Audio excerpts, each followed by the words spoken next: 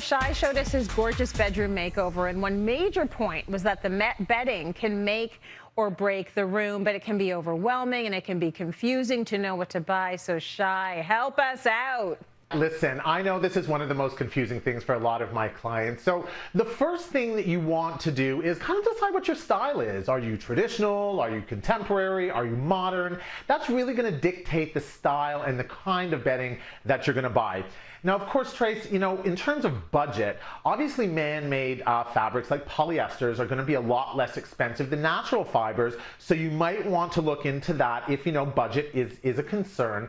And then, of course, if you're looking in the more natural fabrics, Trace, we have all heard the term thread count. And oftentimes people come to me and I'm like, what does that even mean? So thread count, Trace, is the number of threads woven into any square inch of fabric. So a square inch of fabric, how many threads woven into that square inch. So that gives people a little bit of an idea as to why something might be more expensive or less expensive. So basically, is it the higher the thread count, the better? Well, that's a guide, Trace, but there's two things that you want to keep in mind. So when you're looking at the thread count, you're going to look at the raw fiber as well as the origin of the weave. So, when you have a raw fiber, think of like a piece of yarn, an extra long staple of fiber that is longer rather than being cut is going to be more luxurious. It doesn't have as many cuts in it. So if you think about running your hand a long piece of yarn, you feel that continuous soft feel. If you tie smaller pieces of yarn together, you're going to feel those ties, those bumps as you go along. Okay, so tell us a little bit more about the origin of weave, Shai. Right, so origin of weave is where did the actual fabric or the weave come from. So Italy and Portugal have, a really great tradition of textile weaving, and we see a lot of the linens coming from those locations. Those tend to be the more, upscale, more luxurious, more high-end beddings. But really then what this now comes down to is the feel. So the thread count, we know the origin of weave, we've understand the raw fiber, and it's really going to come down to the feel, Trace. So our friends at Oli have provided us with two sets. I have a set here, you have a set there, and I want to look, Trace, at the different feels. I want you to touch, and I want you to kind of feel the difference as we go up in thread count. So let's pick up the first one. The first one is a 220 per cal. This is a cotton. So Trace, run your hand on it. How does it feel to you? So it's a little bit more on the rough side, I would say. Right. So if you pick up then the 800 in that same cotton per cal, what do you think? Oh, it's getting softer.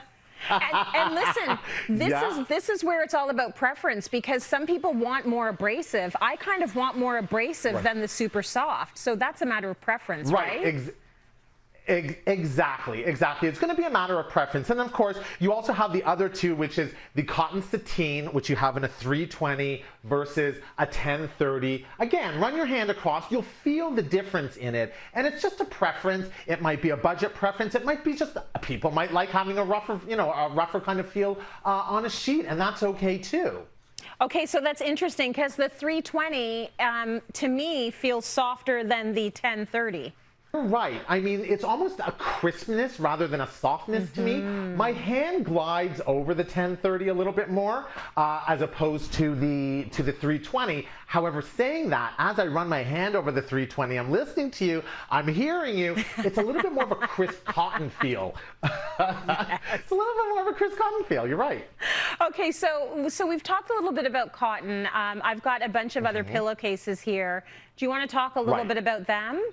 There's so many different types out there right now, but linen, bamboo, and silk fibers all have excellent moisture properties. So with that, it might be really good for if you're a person who sweats at night, if it's in the summer and you need something that absorbs a little bit more. Those are things that you're going to want to look into, linen, bamboo, and silks. Now, silk in particular, Trace, you have a silk pillowcase with you. It's very luxurious, and you see the movement, and it's almost like water. I cannot sleep on these for the life of me. Right. I slip and slide all over the bed. I'm just not that person. So, you might like that, and it has a beautiful look to it, but look at the other fabrics that you have here. You have the bamboos, Trace. Pick up the bamboo and feel it.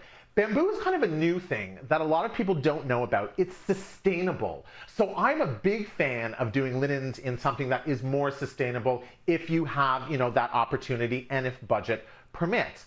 But the last one that I want you to feel, Trace, is the flannel. I mean, we're Canadian. We live in Canada. We live in freezing cold weather. Who doesn't love flannel in the winter? This is soft. This is great. You know, the interesting thing about flannel is it's 100% cotton, but it's been napped. So what does nap mean?